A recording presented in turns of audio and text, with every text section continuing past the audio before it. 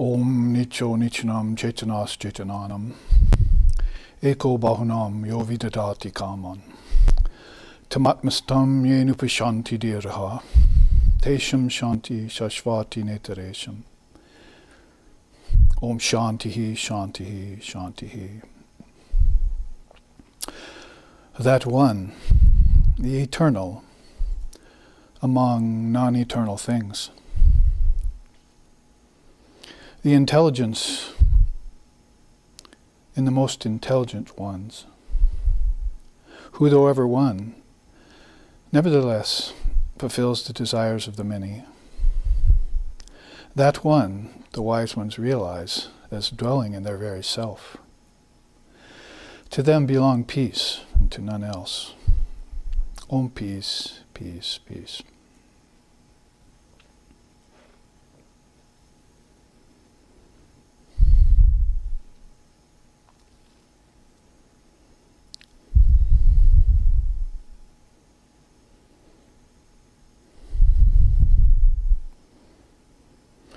Om Bachum Nyat Dot Bani Tam Nyatcha Budao Diyam Yacha Chabudi Sakshini Tam Chapi Purnatmani Nirvikalpe Vilapya Shantim Paramam Jasva Om Shantihi Shantihi Shantihi. The practitioner of blissful dissolution must join the word to the mind to the intellect to the ego to the witness to the Atman, and the Atman to Brahman.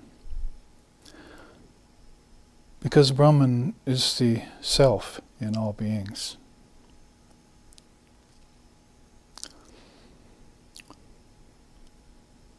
And in this way, the blissful practitioner enjoys eternal peace and ecstatic bliss. Om peace, peace, peace.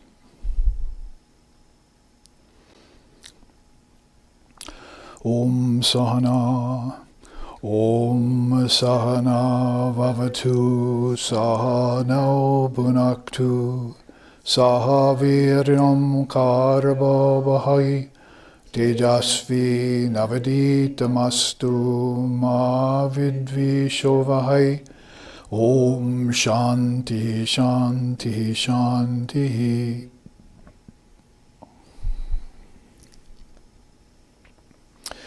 May Brahman, divine reality, protect us, may it sustain us, and may it illumine our thinking process. May we not find fault with each other, with the teachings or with the world. And may what we study be a source of inspiration to us eternally. Om peace, peace, peace. May peace be unto us, may peace be unto all. Om Hari Om.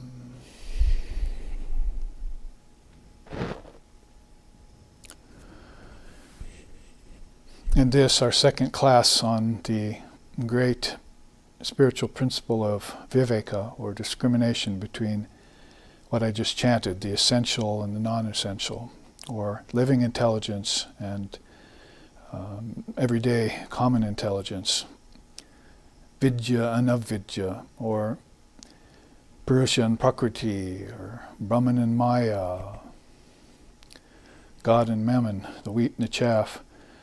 You can go on citing this eternal principle that's been in the minds of saints and seers and sages for time immemorial, because time is immemorial. It stretches on past our memory, and we try hard each lifetime, although most beings don't know it, to begin to call back our memory of things that we've already experienced, and particularly those things which are beneficial to ourselves and to others. If we have to constantly be fighting against the non-eternal, the chaff of life, the impositions of Maya or Mammon, then it bespeaks of some karma that we carried with us from past lifetimes too. Not the common way or everyday way of looking at life for most people in this world, particularly in the West, but nevertheless something that must be encountered and looked into if we want to find the source of problems that most people don't solve, even at the end of their life. Take them into the state called death, the illusion of death, we like to call it in India. So it bespeaks of a process of return, reincarnation, and that's part of what we'll look at maybe in the second half today or in the third class next week. Reincarnation as in terms of birth, life, death, and rebirth. And actually a fourfold teaching there to look at, not just a threefold one, because rebirth is very important to realize so that we can spread this Dharma to our children, to our relatives. It's something that's on the mind of people quite often nowadays, is when they find the Dharma, they feel themselves rather in an elite group, rather rare to have that kind of knowledge in the world, and to seek it and to realize it, and to utilize it, to live in it. What to speak of even just encounter it for the first time in any given lifetime. It turns a person's intelligence towards deeper things. I go to for refuge in that Brahman whose light of intelligence turns the attention of mankind to the Atman, the eternal self within, is one of the beautiful lines out of the Upanishads. Adihi sa yoga and mitta hetu. Some of you have realized and memorized that. So we gather here in a group of 5 or 6 people, 7 today. Another is coming to join our group tomorrow. So we're still allowed in these pandemic times, they're calling it, COVID and all that, to gather in small groups without it inhibiting our practice of our chosen religion or path. Although, again, it would be difficult to call Vedanta a path, but by way of easy access, we can tongue-in-cheek sort of do that. It's an informer on all other religions. It informs all religions of their depths, and it takes to task the shallows of all religions, what's called conventional religion, and checks it to make sure that it's not just living on the surface. Oh mind, you're just a sparkling fish living in the surface of the waters of relativity where death has granted its fishing grounds. Quick, dive deep before where death's net could never catch you into the depths of your own consciousness.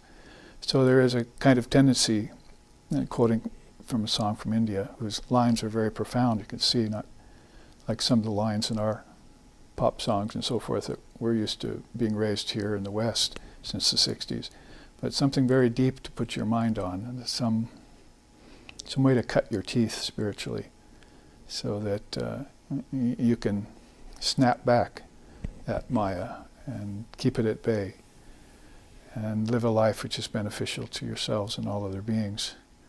So when you gather in a small group, it's a little honeycomb, we like to call it. There are, even in our own tradition, which is, to borrow a phrase from our founder Lex Hickson, Ramakrishna Vedanta. So even in our own group, our extended family of 5 or 6 million beings who have dedicated themselves to this avatar of this age, the Kali Yuga avatar, which I sang about last week when we met for the first of these classes. We have small groups or honeycombs everywhere, and there again we feel rather privileged and fortunate to be able to have a path that's so solid in front of us and behind us too. You can look in both directions if you're a Vedantist, and whether it's inside of the traditions of India or even in America or in Europe outside of Indian Dharma.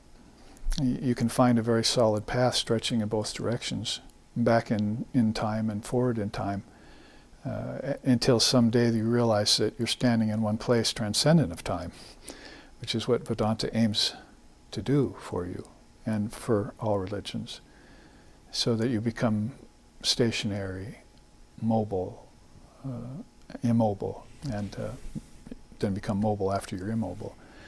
So the West has got this penchant for changing things all the time. We've seen that in tendency of religion too, and pathways that they select. When their religion doesn't suit them, or it's grown inept at solving the world's problems, then you go towards science and towards psychology and anything that changes. Explosions or tremors or vibrations in the mind. There's science and psychology in the West. And so I was saying the other day that the West is fixated on. Atlas shrugged. Anytime anything changes in the world, they're on the scene to see that change. And so they began to believe in change, as our quote we said last week, we took up and studied. But then I wrote a piece of writing last week, said Atlas shrugged, but Atman didn't. So if you're looking into the East, Far East, particularly in India, then you get over phenomena, any kind of phenomena, even major phenomena.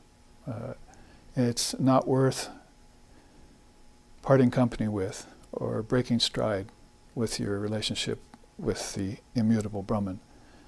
It's rather ignoble on top of that to always be going out with the senses and noting the changing phenomena, and then supposing that change is real. You're a parinamist in India if you do that. You're basing your whole life on outer change as seen by the senses connected to the brain, but as seen by the outer senses connected to the inner senses connected to the mind. That's a different path for you to go along. That's the Vedantic way. And it's also the way of the other darshanas in India too, that have gotten used to focusing in on the reality.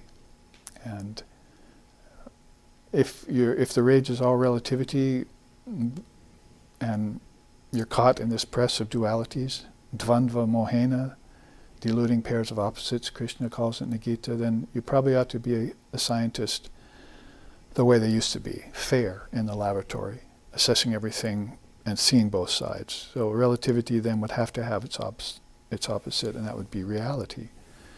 Why is everything about either relativity or virtual reality? It's based on changing objects or changing lights or changing movements and so forth. And then you lose your precious Viveka, you see, your discrimination around your true self. That's the worst loss. But there are worse things that happen after that. Loss of peace of mind, no contentment, a constant restless state of mind, a scattered mind that we're seeing even in children being born today. Born with it, not acquire it somewhere along the way like their parents did, because of worrying about change in their life, instead of focusing and meditating on the changeless reality, which, what else to say? If that's the reality, then why are you thinking of anything else but that? Why isn't your mind stay focused? Why isn't your mind single? Your mind's eye made single, so you'll know the truth, and the truth will then set you free. It's not like you only have to go to India for these great axioms and principles. You can also look into different founders of religions. The religions themselves, Vivekananda used to say, I really love the Buddha, but I'm not that fond of Buddhism nowadays. And I really love Jesus, but I'm not that fond of Christianity. And he came here. And probably would say the same about Hinduism, that he's not that fond of Hinduism the way it has found its way into a conventional style religion based on ritualism and ancestor worship alone. But he likes that Indian realized soul, the great ones. I was writing about that the other day too, and saying This ship only leaves port once every 500 years, was my title. See, this ship only leaves port once every 500 years. Now you've got basically roughly 500 years between Buddha and Jesus and Sankara and Chaitanya to Sri Ramakrishna, give or take a century here and there. When that ship leaves port, based on a story Sri Ramakrishna said, it casts waves off its behind it, you see. And now we're feeling those waves, and according to Holy Mother, Sri Ramakrishna's divine consort, we'll be feeling them for the next 250 years still. Or now that she's lived and passed from the body, maybe 200 or 150, since Sri Ramakrishna was born, as it were, and passed. So we're all experiencing the waves of that ship that left port in 1836, I think. So he was born and then passed in 1886, so 50 years lived, taking hundreds and thousands of souls, millions now, that he's been gone for that length of time, across the ocean of relativity into the safe harbor of peace, peace, peace. Whether that peace be salvation or even outright liberation. Salvation is a good thing, but again, one of the rare things that we find out in people who hoist the sword of discrimination is that, and we'll look at that in a minute because I mentioned it last week. I hope you got the sending because I sent it an hour before class so that we would have this chart. So the Sword of Discrimination I mentioned last week has been mentioned by Adi Shankaracharya in the Viveka Chudamani. That scripture has the word in it, Viveka Chudamani. It's the Crest jewel, Chudamani of Viveka, that these great souls, particularly from India, but any realized soul who's separated the wheat from the chaff, has possession of and can cut through appearances and change overall. So what? So to what? Or so that what? So that they can see the unchanging reality behind it, which according to Indian seers has been obscured by the very appearance of name and form. And it's just what happens when name and form appears before dancing before the senses. But I mean, by that time, even back in the mind, while the soul was sojourning through the territories of heaven, about to take birth on earth, in the mother's womb, it had encountered name and form in the form of dreams, and it was quickly dreaming itself towards a body on earth. We dreamed all our bodies, and so did every other being involved in Sankalpa.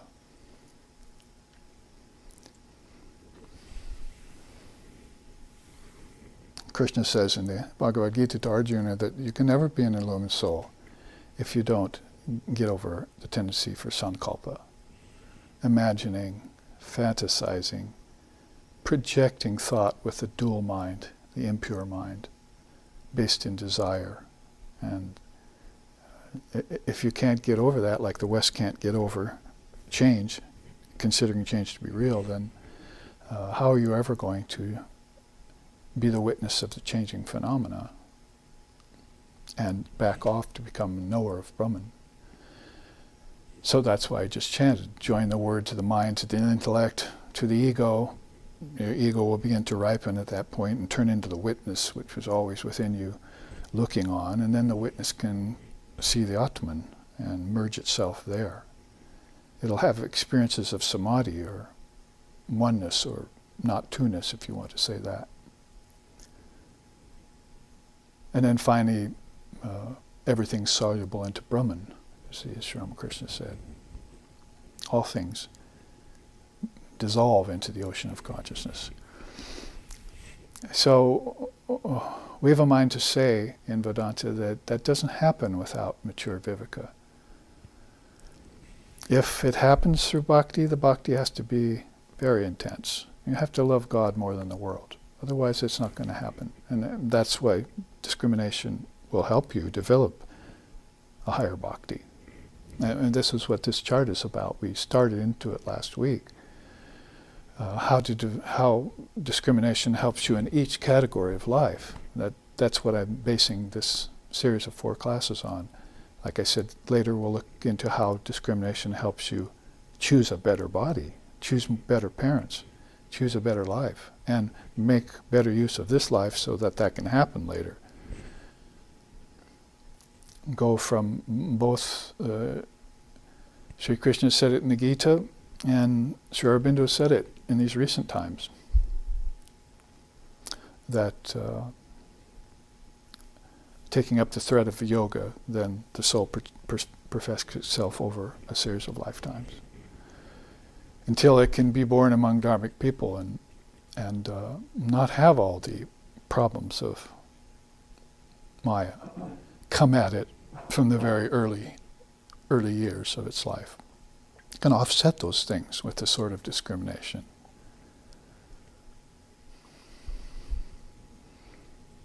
I mean, I remember as kids, we used to like to play with swords. We'd even make them up out of sticks, you see, fence with each other out in the yard, back in the 50s, 60s, early 60s. Then parents started seeing that and would buy us plastic swords that we could lift, you see, it wouldn't hurt us. Well, we managed to hurt each other with them anyway, but that's beside the point. Give them a good whack with a piece of plastic, that can hurt. But the whole thing was hidden, you see, the whole symbology of sword fencing and all that was hidden. The Westerners thinking about conquering and dominating. It's occult powers are in their mind. And change is going to have to be a huge part of that. But pretty soon, when you get spiritually mature, the Guru hands you this sword of Viveka, which is going to take some muscle to lift. You're going to have strong arms for that. That means strong mental arms. And to be able to keep discrimination between the real and the unreal going throughout your life, particularly as a dharmic householder who's fencing with all sorts of things. I mean, go right to Sri Ramakrishna's story. The expert fencer, swordsman, fences with 2 swords, not just one. So he meant that most people are just holding the sword of karma. They're fencing with action alone. And most of them aren't having that great a time with it, see. Or maybe it appears they are for a while. And then it's like a dull-edged sword. It's not doing very much cutting anymore. But you've only got one of them. But he said the expert swordsman has 2 swords, fences with, very expertly in both. So he's talking about action and inaction, or action and wisdom, or discrimination. And so that they can cut through all these things before they even have to engage in action, or second best, while they're engaging in action. It should be that you have settled all your matters and everything before you get onto the field of battle, and that should have been done in your early time. Somebody wrote me the other day in an article and said, well, we're talking about, all the problems of the Indian caste system. I said, hey, well, wait a minute. Whoa, hold on. That caste system was the best the world has ever seen. And it just, like everything else, eroded over time to the future time. But when that was in place, everyone knew their place and they were helping and pulling together to create a dharmic society based on nishrayas and abhyudaya. That is equal good for everyone, and then transcendence of it in the end. Now, where did you ever see a caste system based on transcendence in the end? It was, life's a bitch, then you die. That's what it came out to be. And everyone was fearing death. But the seers are saying, you don't have to fear something that doesn't exist. And in fact, you were never even born. And they will sing it to you if you need to hear it. Na mrityor na shanka. Mrityor is death. Name jati beda, pita naiva me naiva, mata majanmaha. Pita and mata are father and mother. Chidananda rupaha, shivoham shivoham. Om.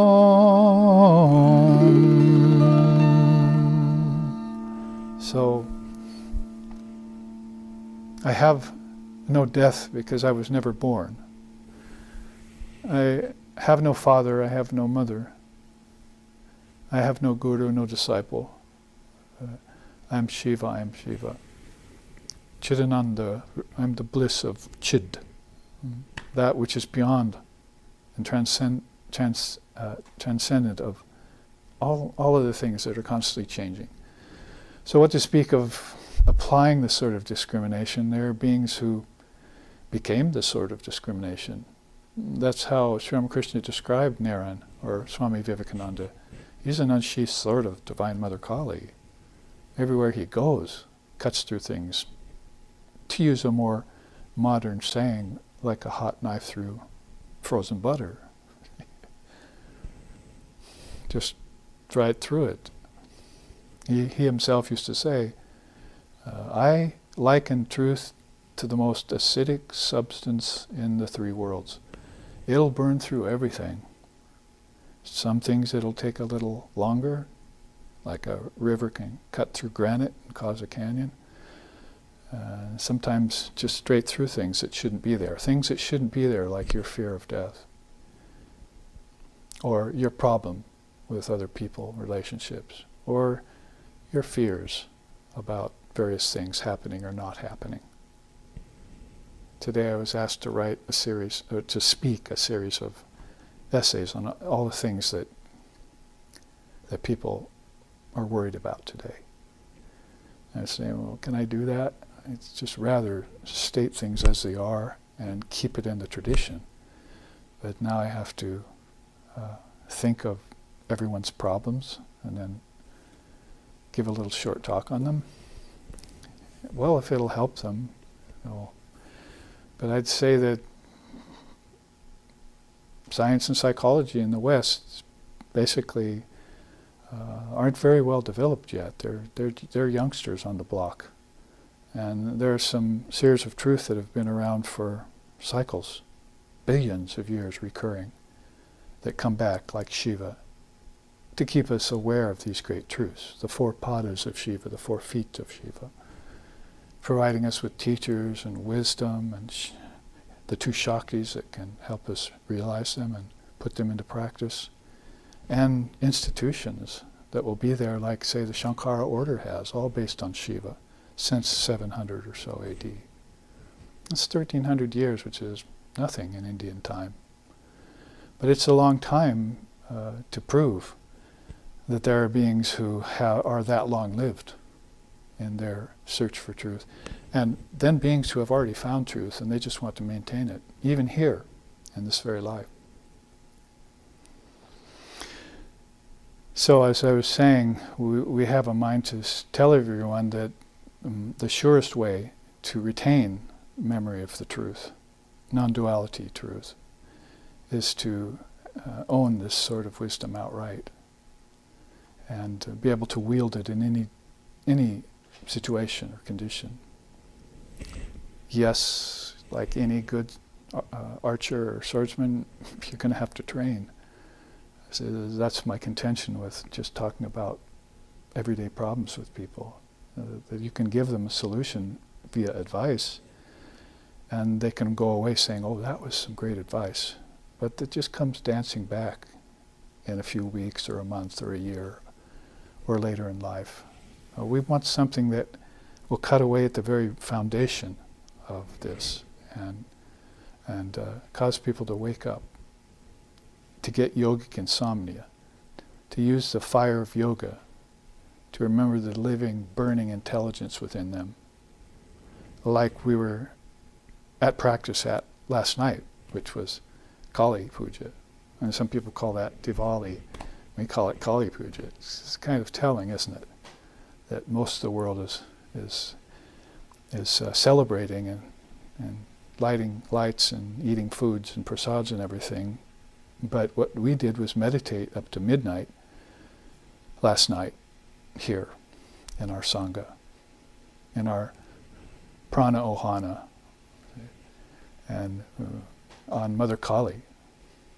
Took me an hour to do 108 mantras of Ma Kali last night, thinking about all the things that my mind didn't lapse once from the point. And that's an intense hour. You become like a burning pillar. It's a meditation in Buddhism called burning pillar, Shinei meditation, in which you burn away all impurities of yourselves and those around you, but you also give off light when you burn. So it's just like calling the attention of a great power like that. That one whom misery loves and hugs the form of death, to him the mother comes. So does that sound like someone who's fearful or having problems with fear or needs some advice on fear? Better just give them the whole sword and teach them how to use it. So how to develop muscles for it, that's the qualification. And these muscles are mental muscles. And it's not like we're going back to the days of the knights and archaic times and putting on metal armor and going out knocking each other in the head with metal swords. Maybe that never slapped any sense into anyone, did it? No matter how hard they got whacked. So we need the mental tools. And we need everything happens in the mind anyway. That's the instigator of everything. These hypnotic forces of Maya we need a way to offset them, if not do away with them completely. And so this is why we're looking at last Sunday, we looked at Viveka on its own merit. And we'll continue to finish that up today and then look at Viveka as it reveals truth. So we're going down inward in that road to find out how Dharma and teachings unveil the truth, and then the being can look straight in the face of truth and see what Meister Eckhart called the ground of existence in Christian mysticism. The ground of existence, he called it.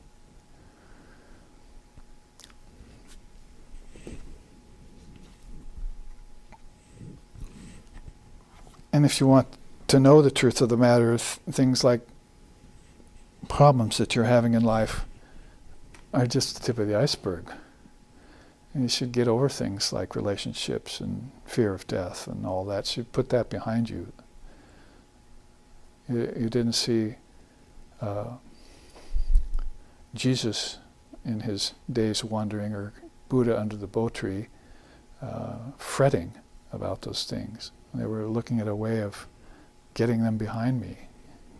Get ye behind me, he said, so that you could stand face to face and gaze upon the truth with a single eye, which is the only way you're going to see it, by the way. The single eye, jnana chakshu, the eye of wisdom.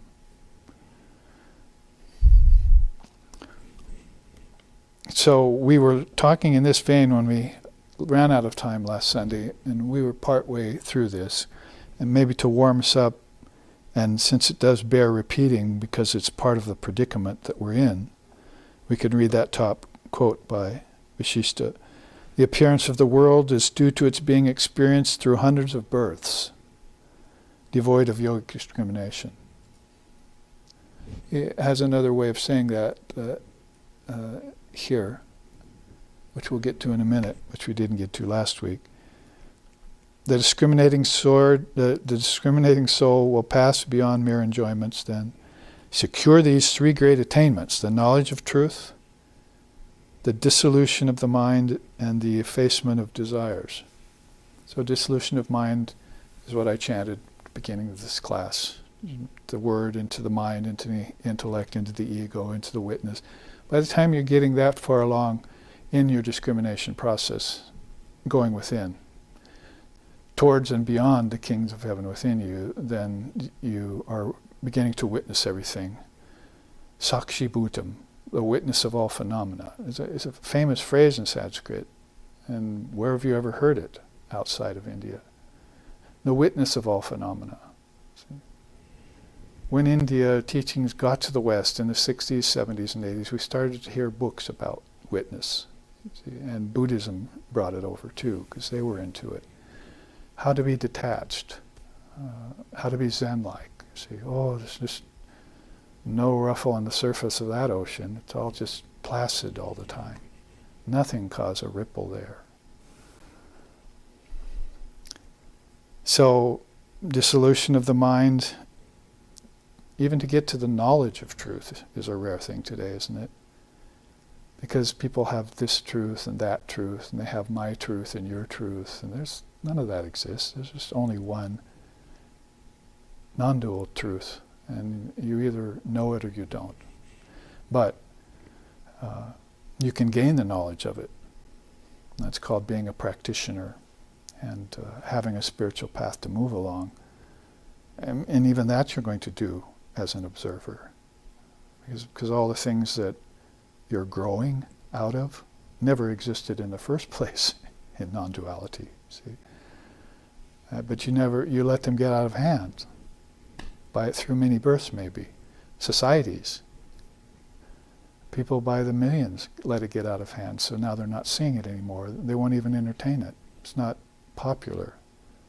Even the guru isn't popular because the church has taken its place, my teacher used to say.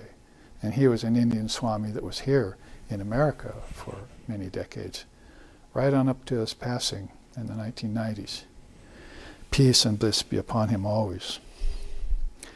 And then finally, effacement of desires. This is all not put in necessarily a perfect order. It happens to different people in different ways. Some people will go about attacking their desires or trying to fulfill them in whichever way. There's actually 9 ways I found in the Indian scriptures how to deal with desires. And 3 of them don't work. Those 3 are what most people are trying.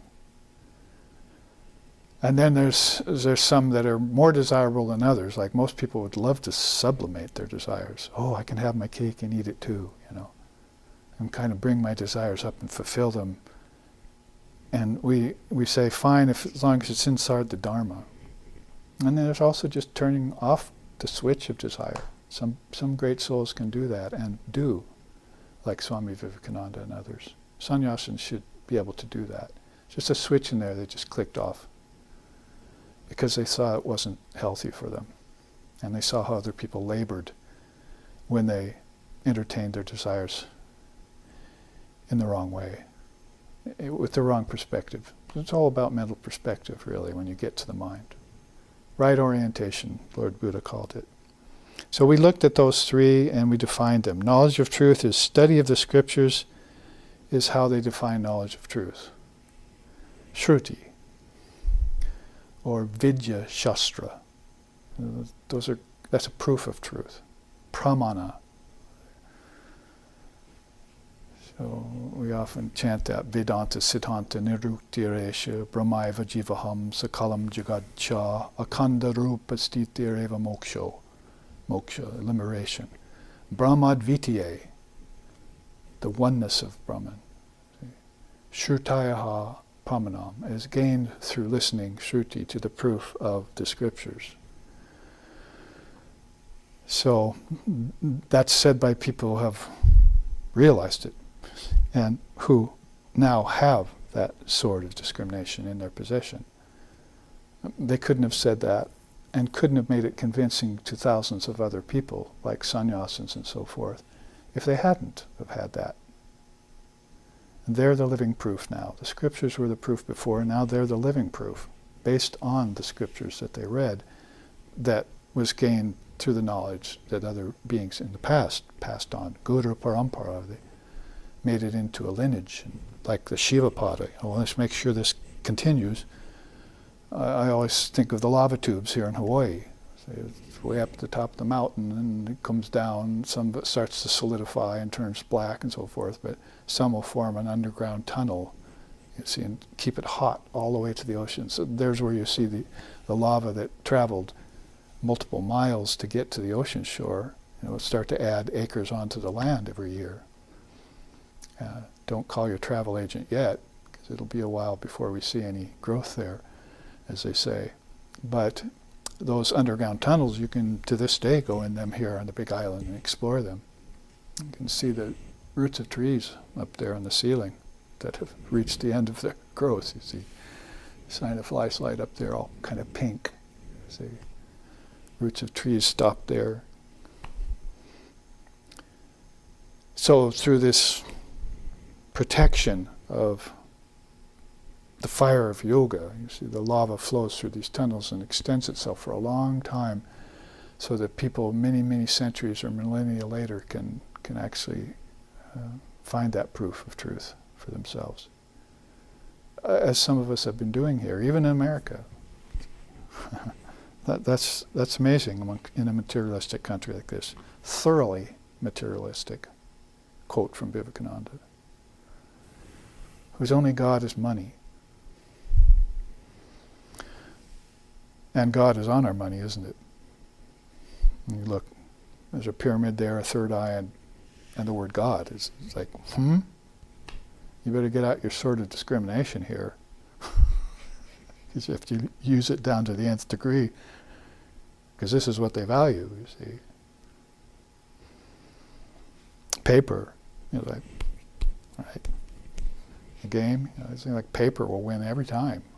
The covering power, isn't it? Mm-hmm. It'll cover God, it'll cover the third eye, and it'll cover the pyramid.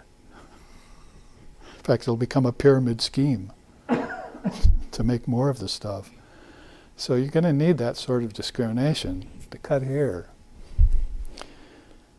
Well, we went through that, but this is some more commentary on it. Let's get to this other great quote that I love of Lord Vashishtha's, when he said, "The primary disease of the mind is the desire for rebirth."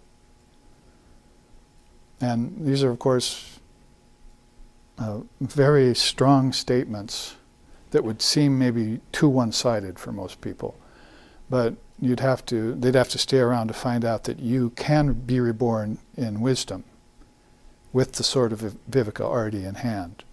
Like we have great souls that even in this day and age we follow who do that. Shankara did it.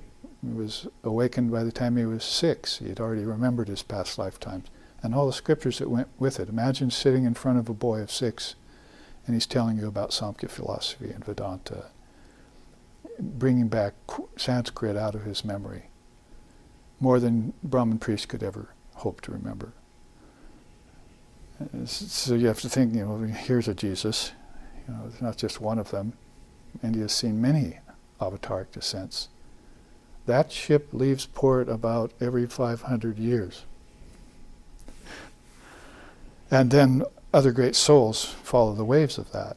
They're called Ishvara Kotis. Ishvara is the one who will manifest the great avatar. And by the way, we're wide enough in Vedanta to know that there are Shiva avatars and Divine Mother avatars, and not just Vishnu avatars. And why even separate them out? Brahma, Vishnu, and Shiva are involved in all of them.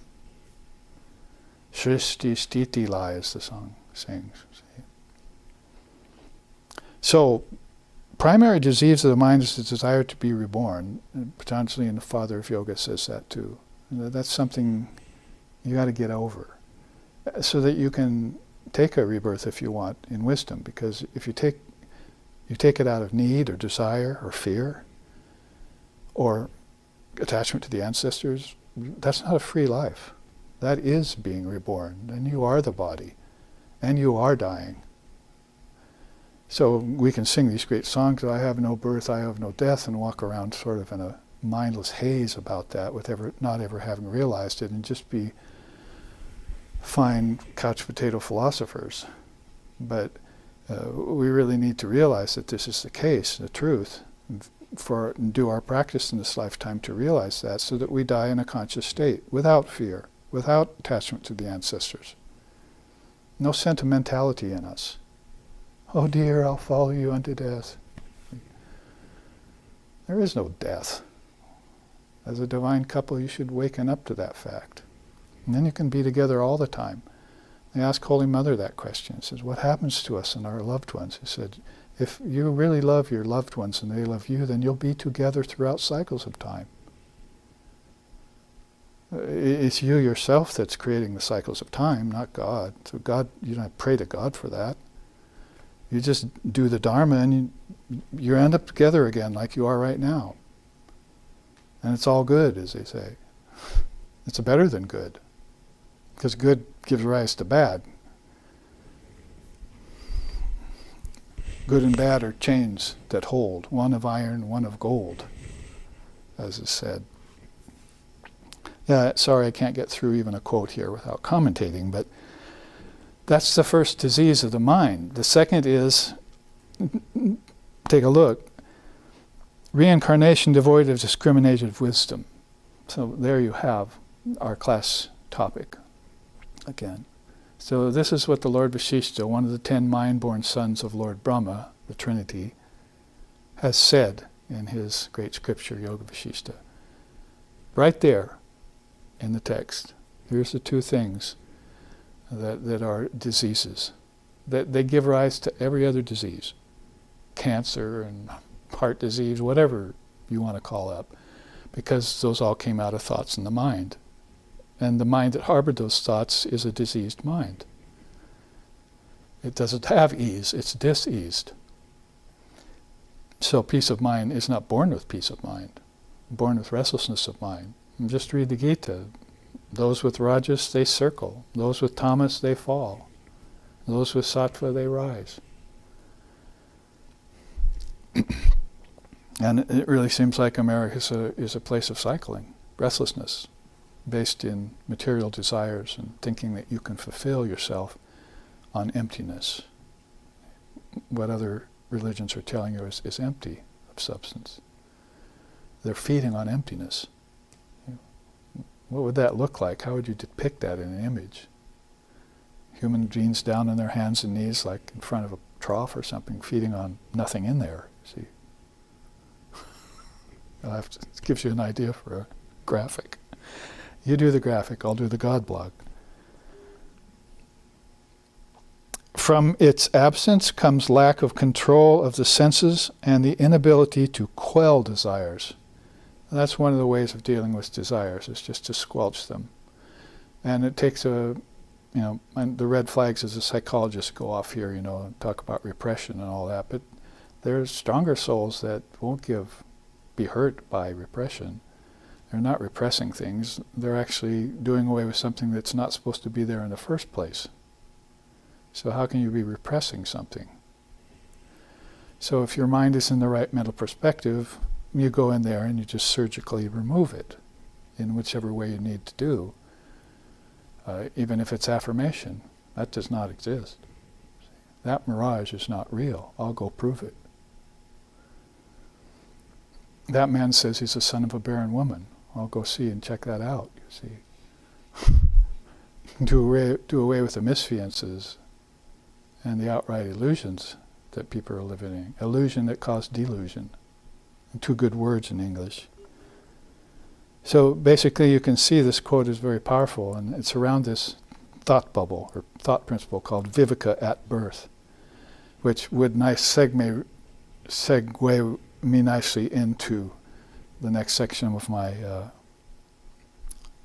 series of classes here, but let's finish this up first. On the other side, there's Viveka and Bhakti. The failure to implement Viveka into the path of Bhakti leads to worship of the ego rather than authentic love of God. So you're using your discrimination to look at people who say they love God. Just watch them in their everyday life. And then watch Sri Krishna. Read about Sri Krishna, how he loved God. And, well, there's just no comparison. He's thinking about God all the time. He wouldn't touch money because he's thinking about God. He wouldn't go to school because he was thinking about God. He wouldn't do rituals in the temple without thinking about God. Everything was about God, not about the ego. But other people, how does that look? How much percentage of their mind have they given to divine reality? Which, according to non-duality, is your very self that you love. Thou shalt love the Lord thy God with the whole mind, the whole heart, and you should add in there with your whole self, because your self is that. Tantra puts that, in the Tantras it's said, you're the darling of your own worship. It's about time you remember that. You're the darling of your own worship. So you're worshiping outwardly and this and that, churches and temples, egos, as like it's said here, you see. Worshiping the ego when they really think they're worshiping God. But then all of a sudden it becomes clear to you that God is a transcendent, independent reality, and the ego is just a projection that you take on each lifetime. It's what gets you around the worlds of name and form. It's on the ride inside of the chariot of the intellect, Shankara says. You've got the mind and the chitta, the thoughts, and you've got the chariot of the mind, but who's in it? Oh, that's my ego in there, gallivanting around thinking it's in control. But the whole chariot's about to tip over. According to some, there are 4, maybe 5 horses, like the 5 senses there. Each one wants to take its own road. One song sings in India.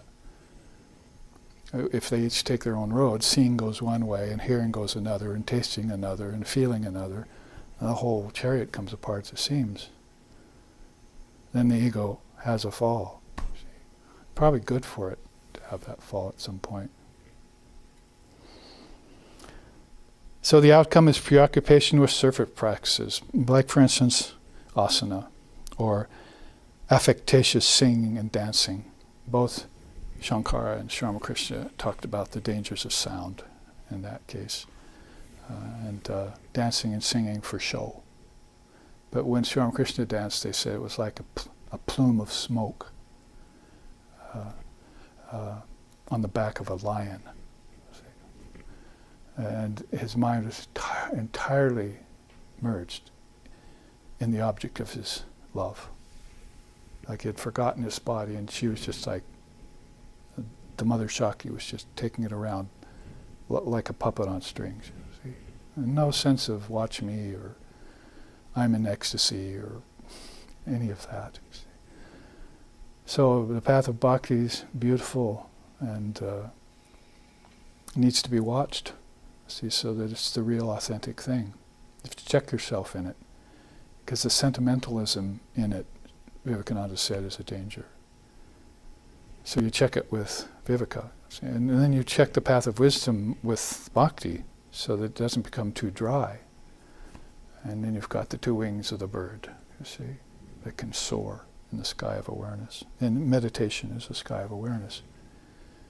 A sort of discrimination will cut out all of those bonds off the hot air balloon of your mind. Cut them away. Lust, anger, greed, envy, jealousy, fear, pride, love, pride of caste, grief, shame.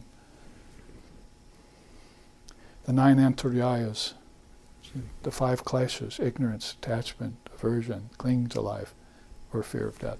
Cut them all away so that you can meditate and love the Lord thy God with all thy heart. Actually, as an experience you're having, not just a practice or something that you're trying to attain down the line later, but you're actually living in that. Basically because you are that, but that might be the final secret. Love the Lord thy God with your whole mind, your whole self, and your neighbor as yourself, you see. But your whole self is very important in that quotient. If you went to Viveka in meditation, which we just talked about, that soaring bird, then you have this quote by Shankara next to Sri Krishna. So the Vedantas loves to do that. Here we'll put the king of wisdom next to the king of love. And let's see how they pair off. Is it really 2 different paths that are fighting against each other all the time? Or are there 2 things that you should be integrating to give yourself a 2 yoga chance at enlightenment? What to speak of a 3 yoga chance, adding meditation in, or what Vivekananda wants. I'm tired of 2-sided people. I want a 4-sided devotee now. all 4 yogas in practice, in operation. Pull yourself up by the bootstraps of the one you're best at, but don't just stay there. Then start working on that thing you're not so good at. Say, well, I don't meditate very well. Well, let's sit till meditation until midnight and see how I do. Let's force the issue a little bit. Or let's read that scripture, or the gospel of Ramakrishna, or any gospel, and use the discrimination like the ant does to take the sugar away from the sand. So Shankara says here, opposite of Sri Krishna, since knowledge of Brahman is gained by meditation upon correct teachings, given by the illumined Guru, and never through sacred ablutions, almsgivings, or hundreds of breathing exercises. So that sure knowledge of Brahman is gained by those important things, and it never comes to those people who don't have the discrimination to understand that. What kind of practices am I doing? Just quotidian, commonplace, mundane practices on the surface of relativity, where death is granting its fishing ground, and I'll never then transcend death. I'll always think of birth and death. And even if I don't believe in rebirth, there I am again. Wah, wah. My mantra is WA instead of OM each lifetime. Or would I put this all together finally and go beyond commonplace traditional practice, beyond ritualism, the kind of which we saw yesterday on Diwali, and get down to some real practices that destroy these tendencies that you brought into life, which you don't like, and which hide themselves in the subconscious mind until some calamity comes along and brings them forth, and you have to take a look at the ugliness of them, like war. People always man unkind instead of mankind. Always failing to go to help one another. Viveka, when will man be friend to man? He said, oh my God, when will man be friend to man? He saw the same jealousy in India that came to America, saw the same thing there. People crawling up the backs of each other to get to the top of the heap. See? Oh, now I'm the richest man in the world. What else can I do? Oh, I think I'll be the president now. Oops, I lost that. Now what am I going to do? There's nothing more to gain for a worldly person than those 2 things. And they're both hollow as bamboo. In the end. And weighty with karma, too. You enjoyed the best of them. Now get ready for the worst. You don't think it's going to come around? And you don't have something to fence with? I mean, there's a shield, too. Mother has a shield, Durga. And she also has a sword. So, or Sri Ramakrishna's way of saying maybe 2 swords will be good for you. Sri Krishna says, and so we have the Shaivite and the Vaishnava, although very hard to call either of them a label. They're both free souls. But Krishna says, that one attains to perfection who, restraining the mind and the senses via discrimination, directs all organs along the path of dharmic works.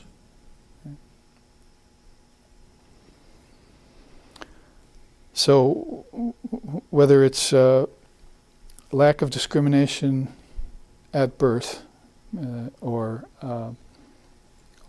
the desire for rebirth, you could refer back to the top again. These are 2 of the things that Vashishtha says that you'll need to get over via false superimposition.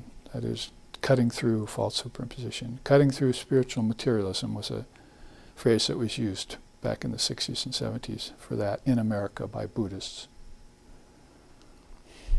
Or, you could even sing about it.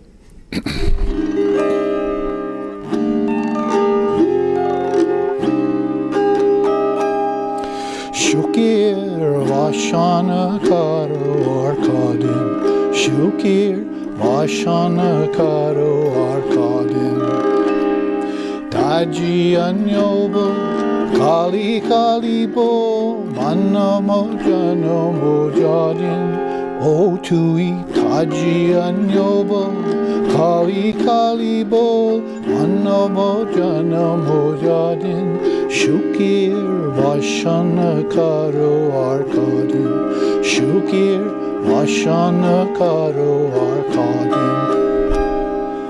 O friend, how long will you cling to this empty desire for earthly happiness? Give up these vain thoughts and idle talk, and for as many days as are left to you in this life, chant Kali, Kali, Kali. Pare Brahmapad, Akaya Shampad, Sharanakari Bijadin. Pare Brahmapad, Akaya Shampad, Sharanakari Bijadin.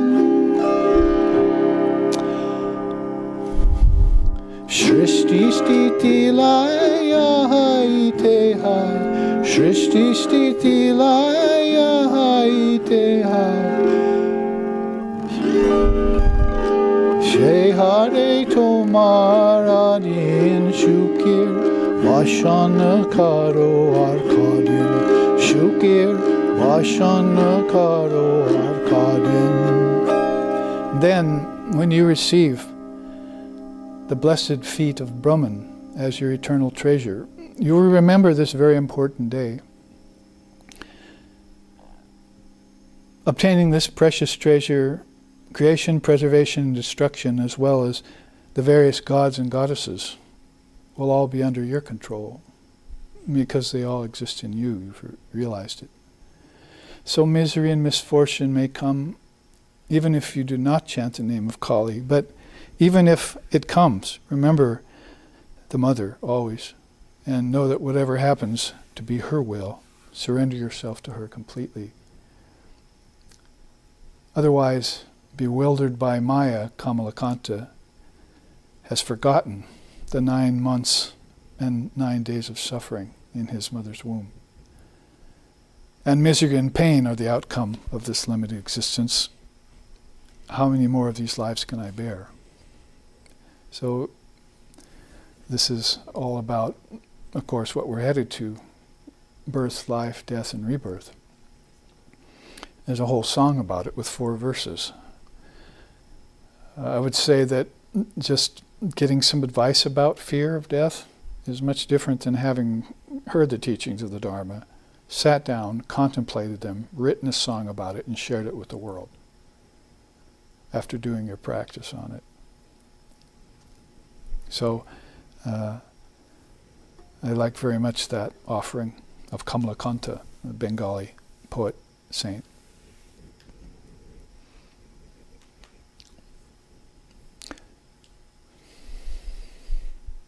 To receive the blessed feet of Brahman. So in order to do that, then you would initiate this sword of wisdom given to you by the Guru in precious initiation, the mantra Kali, Kali, Kali.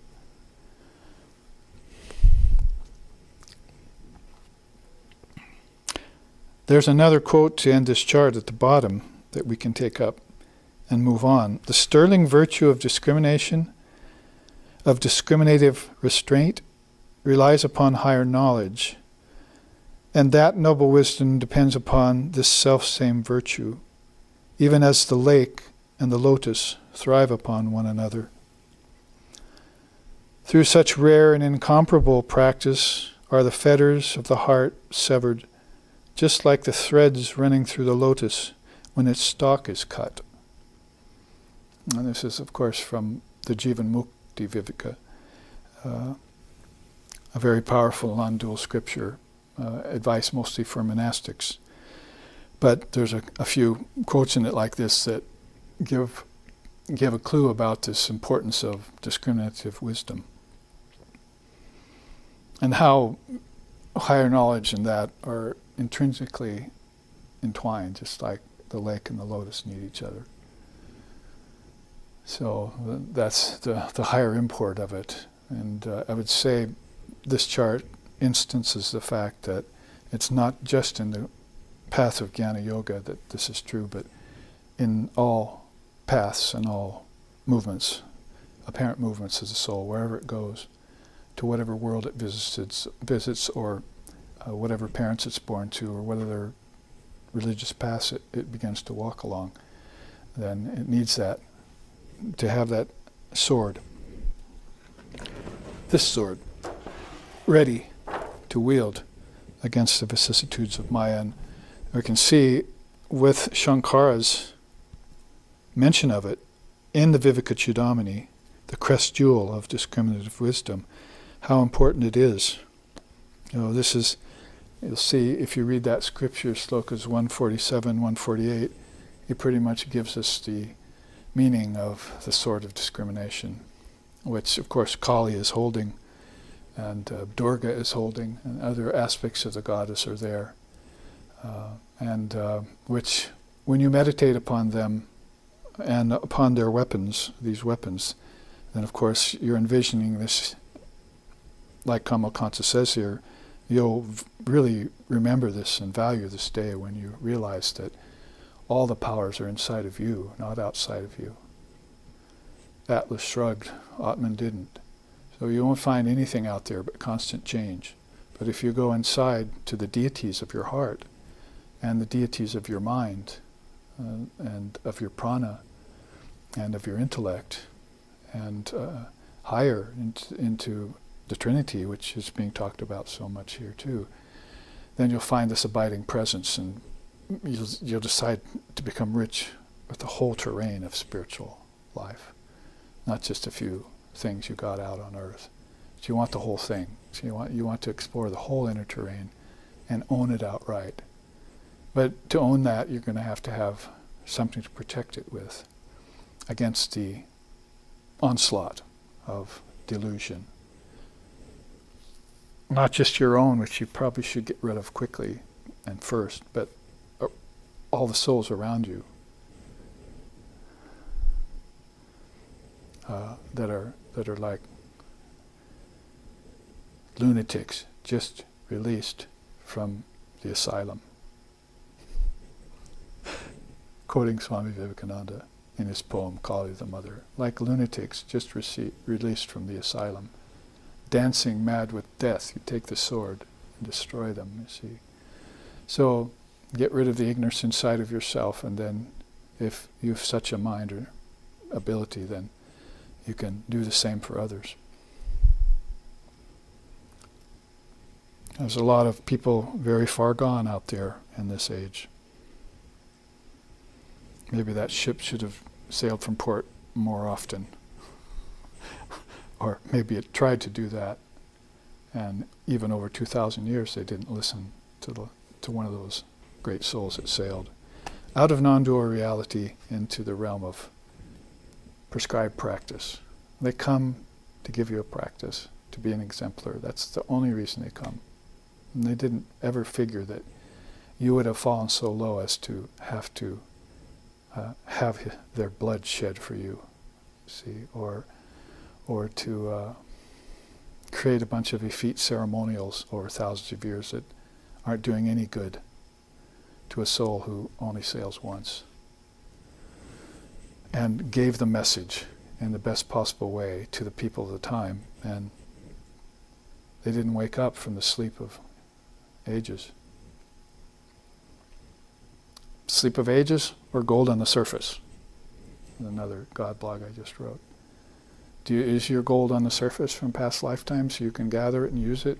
Or is it the sleep of ignorance for lifetimes upon lifetimes, so that this quote we just read, which is also repeated by Sri Ramakrishna, that you've begun to think that this world is the only reality and the body is yourself?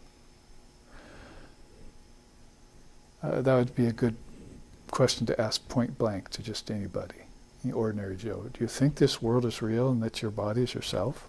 And see what answer comes back, you see. To practitioners of serious Dharma, they go, well, of course not. It's obvious to them. But how many of those people would say, well, of course, what else is there? And then you could go on and ask them what the purpose of life is. Objects and desires and money and progeny and all the things that are empty in the end without this great sword in possession.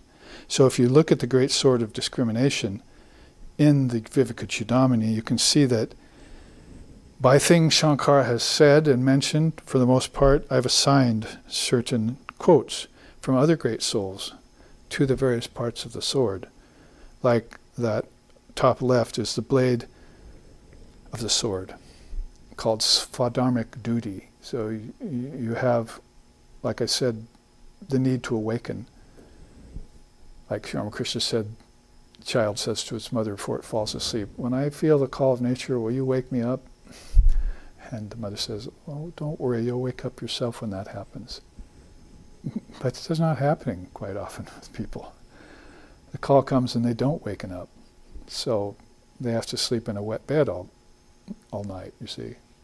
All night means for the whole age. The night of Kali Yuga. So it's a lot of lifetimes to be in ignorance. Like I just said, there's a lot of beings who are far gone, and it's hard to retrieve them. And don't take my word for it, Sri Ramakrishna said so. My eyes have grown tired and red, blowing on the coals of your waning spiritual life. Won't you just do a little of what I said? I've gone and I've gathered the wood and set fire to it, cooked the food, set the table, put the plate in front of you. Now do I have to feed you too? That sound like somebody who's got a lot of hope for humanity? But nevertheless, they're constant, you know. When the soul does awaken and come around, they'll find a teacher. Hopefully they'll make the best of it.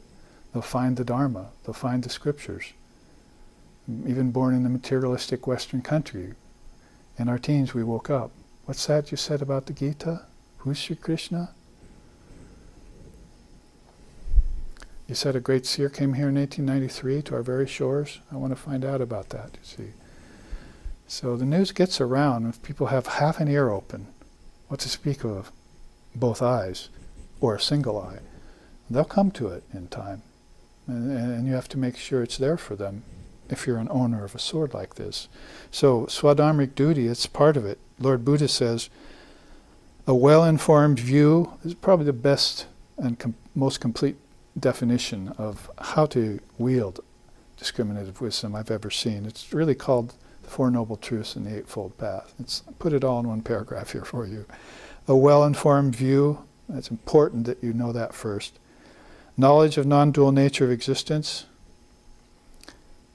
a well-intentioned resolve, mature renunciation, goodwill towards all beings, along with the desire not to harm them, non-caustic speech, refraining from lying, gossiping, and slander, wise conduct in conformity with morality, right livelihood, selfless but meticulous effort, support of Dharma and avoidance of adharma, mindfulness and sensitivity in thought, word, and deed, a refined concentration. All of this is called the Dharma.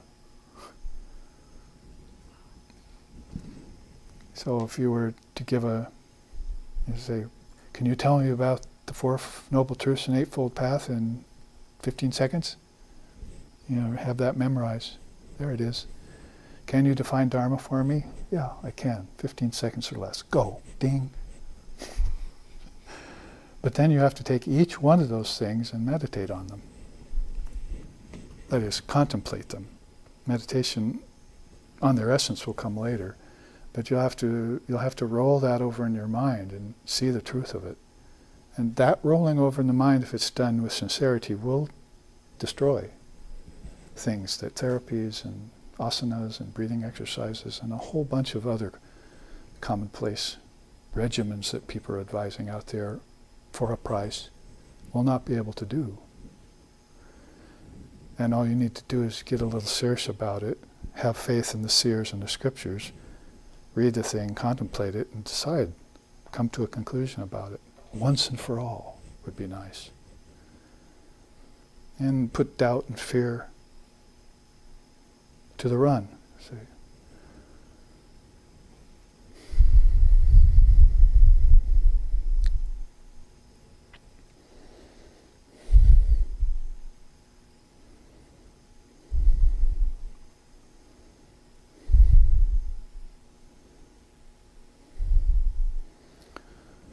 that's where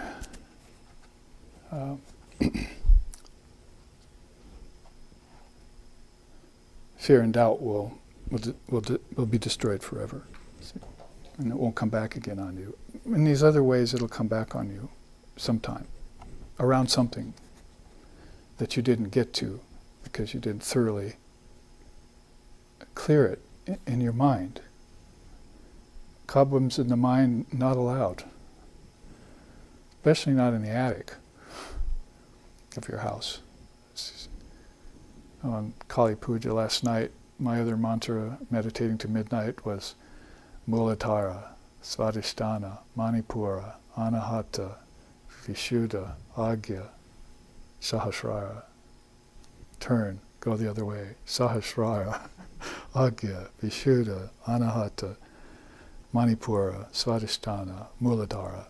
Up and down the 7 centers of consciousness, each of them filled with billions of worlds, with trillions of souls. Gods, goddesses, ancestors, angels, celestials, humans, plants, animals, rishis, sages, seers, saints, and so forth. All within me, all within the immeasurable Atman.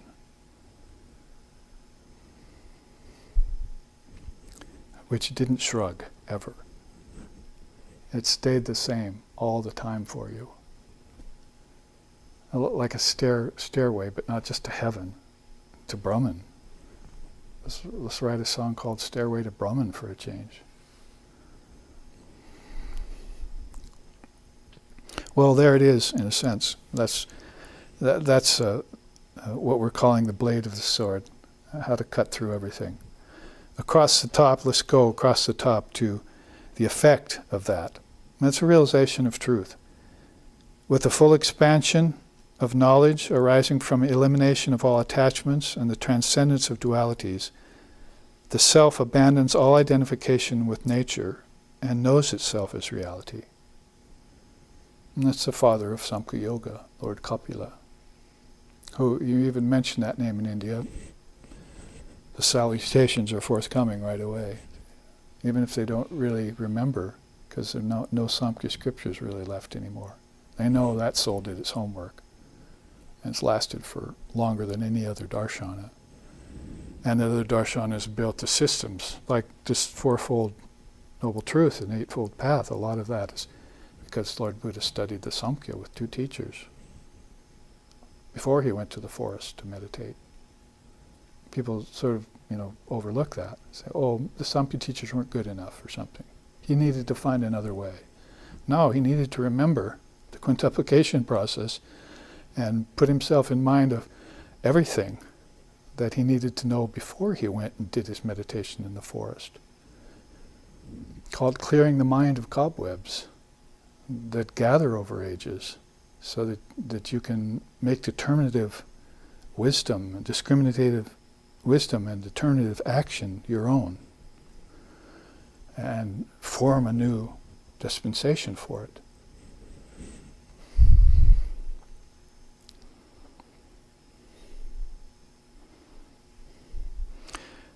The sanctity of the sword is the middle left.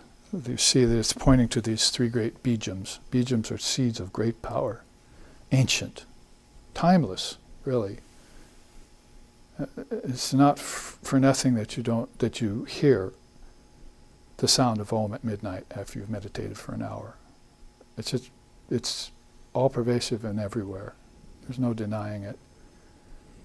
And now, if the closer you get to it, the more intense it becomes, and the more it will burn away all names and forms, conceptions, lower and higher.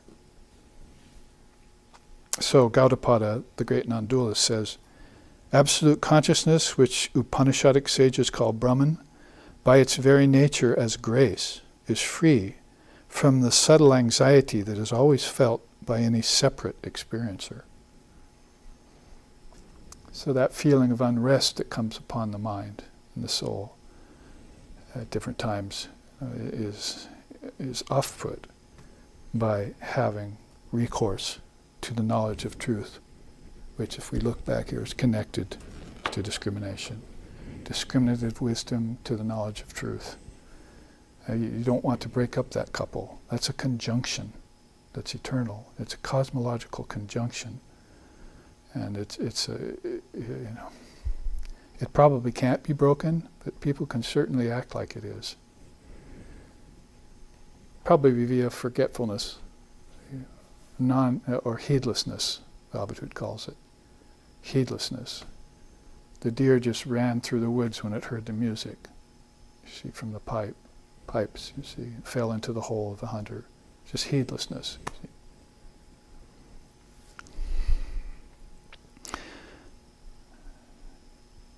The power of the sword of discriminative wisdom is there, pointing to that third eye. Again, I just said it, the Agya chakra here, between the conjunction between the two eyebrows. And that's the eye of non-dual wisdom, about which Sri Krishna says, "To those who love me and are devoted to me, I give them the power of discrimination by which they can come to me." So they have to love Krishna. Is he just going to go and hand it out, this grace, like candy to a baby, or jewels to a child who doesn't know their value, he'll just throw them away? That would be non-discriminating, wouldn't it? It'd be actually the opposite of what they are. What their essence is all discrimination, all the time. Welcome to SRV channel, where we're all discrimination all the time. We play all the scriptural hits that are all discrimination all the time. The edge of the sword there, as we come to the end of our first half, is purification of mind. Now you can see my plan here. We've got the leader of Buddhism, the father of non-duality, the writer of the Gita, the Lord, Sri Krishna. Now we have the father of yoga. He says, past impressions create for the aspirant an assumed reality, such as physical and mental illness, until the force of new impressions from samadhi burn these out. Through purificatory practices such as japa, the seeker ceases to react to physical illness and becomes impervious to depression and the emotional states it causes. So, if I had to give an 8-minute talk on the problems of today's people, I'd say I'll do that in 8 seconds. Are you listening? I'll only say it once. And I'd repeat Lord Patanjali's quote there. Emotional states, do you want to be free of emotionalism? Would be one talk, you see. But do I have to take 8 minutes to tell you how to do that? And then maybe you'll believe me or not? Or can I just tell you the way an experienced soul already got rid of it and came back and told thousands of people about yoga and turned a lot of them into adept yogis and yoginis so that they could lift off the world of depression and suffering. Maybe lift off the world of everything altogether. Return to the source and experience, what did he say, samadhi? New lamps for old, new lamps for old. Of course, that was in Aladdin, was a sort of opposite teaching. The devious lamp seller, so you wanted to get the hold of that old lamp. So if you wanted to use that as a symbolic story, we're going to get hold of that old lamp of ancient India's teachings and rub it real good. So the genie guru will come out of it and tell us, how to get free. Old lamps for new is the truth. New lamps for old is the facade. And then finally, Gaudapada's precious student Adi Shankaracharya says about this, first let's do the hilt of the sword to finish up our tour of the Sword of Discrimination. That's foundational faith in the revealed scriptures. Grab a hold of that hilt after having this dharma well under your belt, like in your mind. And Vashishtha would say there, study of scriptures without a guru for mere intellectual knowledge alone will only lead to ajnana, ignorance. Swami Vivekananda came back from the West to great success, and Holy Mother saw him and said, "So now you've transcended the need for guru." And to paraphrase, Vivekananda said, "Oh, any knowledge that transcends the guru is not real knowledge at all, Mother." So he wasn't giving in to the head of success that people get on, or even falling into the idea that maybe knowledge doesn't lead to truth, because that's what we just saw Viveka is supposed to do. It's supposed to connect you to the truth, knowledge of truth. Then you realize the truth. So that's what I'm saying. You get rid of some old commonplace things and think you're spiritual all of a sudden. Well, I stopped cussing and I gave up drinking coffee, and I still take a little bit of alcohol, you see, and whatever, you see. But I'm more spiritual now, because I'm a better version of myself, you see. And you haven't even gotten to the Sword of Discrimination yet, and how to pick it up with strong muscles and how to wield it for the highest good of yourself and others. So to end this half, let's take these final two quotes by Shankara. From faith in the scriptures comes fidelity to one's own duty, and from performance of that duty comes purification of the heart and mind.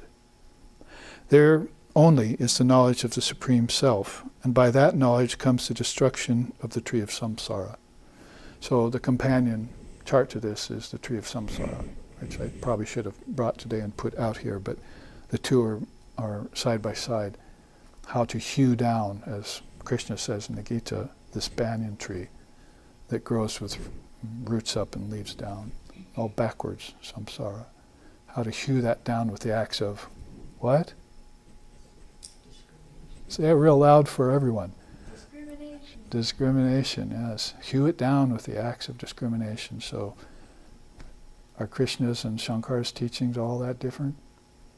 Even being 3,000 or 4,000 years apart? And finally we have here Shankara's own quote about this sword. So it's not just some thing that we make up or is mentioned once in the scriptures. To them it's this principle, truth principle that unveils everything. If you talk about covering power and distorting power, get this sword quickly and do away with that. Only the great sword of discrimination can cut down the tree of samsara, and that sword should be whetted by the grace of the Lord. So here, having finished the section of Viveka that's all about how it reveals, how it's on its own merit. It's its own special practice. You might say its own indispensable tool in spiritual life. We'll move on then to the break.